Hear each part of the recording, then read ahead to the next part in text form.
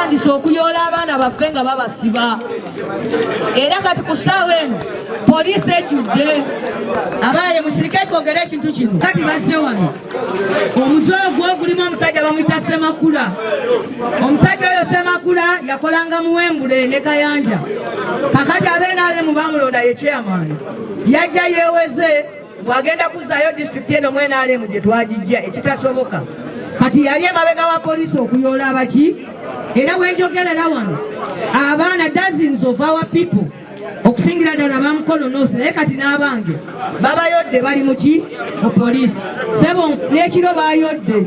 Ensonga eno ngikuleetedde era ninze ekitebe okujja okututaasa twogere ne poliisi okuyoola abaana n'eggoma bayodde. Balina na kino basindika abayaaye baabwe ne basooka batemayawo abantu babiri bebe nyini be baleeta insecurity ebijambiya biri mu gavumenti ebikola olumala okukubayo abantu basatu nga tulajana banange tuli bubi mutuleetere poliisi wano nga bajja batandika okuyoola abaki abaana. Banange tugenda kugamba gavumenti naffe twekolemu omulimu kati ku kyalo we kujjako ababbi tugenda kutandika naffe okugamba titugenda naffe patrolinga ebyalo kubanga tumaze okulaba batukoza akakodyo bajja nga bateekawo insecurity ng'ate beefuula abazze ogikola ki ogirwanyisa. So ekyo mukyetegekere ne bwe naayita nze tujja nakukola operation wa ZD operation wavaawa ne munnansi okkirizibwa okukwata omuntu kasita abanga azizza omusango you have power to arrest. Naffe tugenda kubakwatamu. Waliwo kati n'abalala abajja babasaba endagamuntu zammwe. It is very unfortunate that police has opted to collide or to collude, has opted to collude with the ruling party during these elections. As we talk now, several of our supporters, several of our people are being arrested without any justifiable reason. They are only slamming offenses like being in possession of cocaine, which are not baseless in any way.